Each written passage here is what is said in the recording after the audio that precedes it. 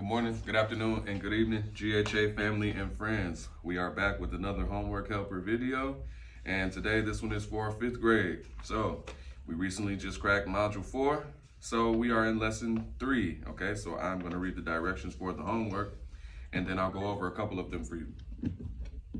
So I already have our chart drawn up. So this homework lesson is exactly like the lesson that we did in class today, all right? So you've had several examples, and I'm gonna give you a few more. So it says fill in the chart. The first one is done for you, okay? So I'm gonna go ahead and fill in the chart with everything that you see here in your book, okay? So our division expression is 4 divided by 3. Okay, so if you remember, our first step is to not divide 4 by 3, but to multiply 4 by 3 so that we can put it in unit form, okay? So 4 times 3 is going to give us that 12, okay? And now, in order to put our units next to it, we got to look at the number that we divided by, which is 3, okay? So this number is 3, so our unit must be thirds, okay?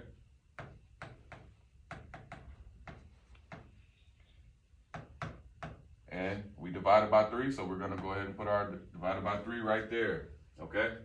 So our next step is to solve this. So we're going to forget about our units for a second and just look at our numbers. 12 divided by 3. So we know 12 divided by 3 is 4, okay? And then we can go back in and add our units. So we have 4 thirds.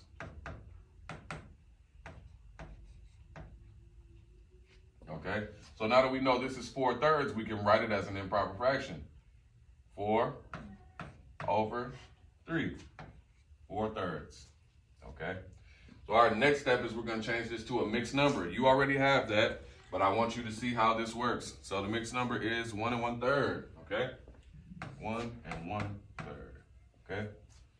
So what this means is, because I have to explain this several times, and I wanna explain it every time so that we know. So whenever we're working with mixed numbers or improper fractions, we know how to switch them interchangeably, okay? So if we start with an improper fraction like 4 over 3, and we want to change it to a mixed number, what we're asking ourselves is how many times can 3 go into 4? So if we have 4, I have to circle every group of 3 that I have. So I have 1, 2, 3, that's a group, but I only have 1 left, so I can't make another group. So that's where we get our whole number from. So I only had 1 group of 3, okay? And after I took that 3 out, I have 1 left over. So that gives us our numerator for our mixed number. So we have 1 and 1, and then our denominator from our improper fraction is 3. That always stays the same. So that is how we get 1 1/3, all right? Now, if they were to give you a mixed number and not give you an improper fraction, this is what you would do to change your mixed number to an improper fraction. You take your denominator and multiply it by your whole number, and then you're going to add your numerator in to make a new numerator. So we have 3 times 1 plus 1. That's going to give us our 4. And what did I say about our denominator? Oftentimes, most of the time, it stays the same, okay? So we have 1 1/3. So 3 times 1 is 3 plus 1 is 4. Denominator stays the same, okay?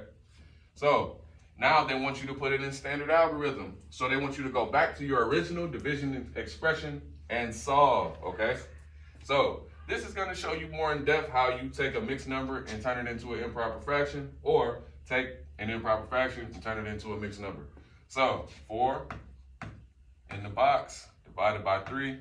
So we have our dividend and our divisor, just as we have in the beginning.